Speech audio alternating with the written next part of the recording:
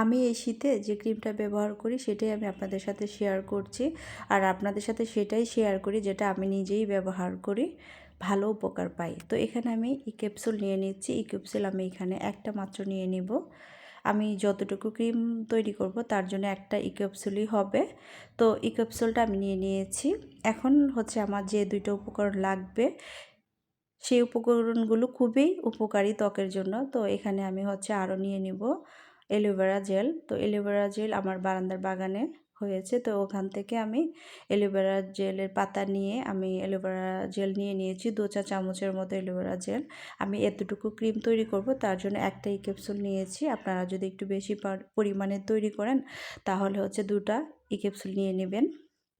তো এই তো এখন হচ্ছে আমি যেটা দিব নারকেল তেল। আর নারকেল তেল আমরা সবাই জানি ত্বকের জন্য খুবই উপকার।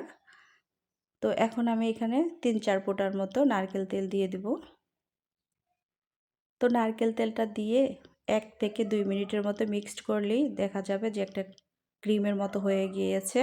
আর এই ক্রিমটা এতটাই উপকার, আপনারা যদি তৈরি করে বাসায় ব্যবহার করে দেখেন তাহলেই বুঝতে পারবেন। তো আমি ভালো উপকার পেয়েছি তাই আপনাদের সাথে শেয়ার করেছি। আর ঘরোয়া উপায়ে যে কোনো জিনিস বানালে কিন্তু এটার উপকার অবশ্যই হয়। তো এই তো আমি কিছুক্ষণ মিক্সড করার পরে দেখেন একদম ক্রিমের মতো হয়ে গিয়েছে। এখন পুরনো একটা ক্রিমের কৌটাতে এটা রেখে দিতে পারেন নর্মাল ফ্রিজে, অথবা বাহিরে রাখলেও সমস্যা নেই। তবে নর্মাল ফ্রিজে রেখে ব্যবহার করলে ভালো, কারণ এখানে তো কোনো কেমিক্যাল নাই সেজন্য।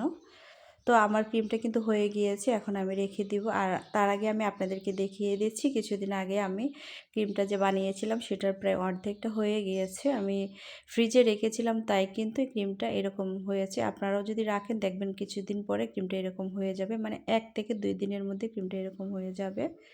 তো ভিডিও ভালো লাগলে লাইক কমেন্ট শেয়ার করে দিবেন।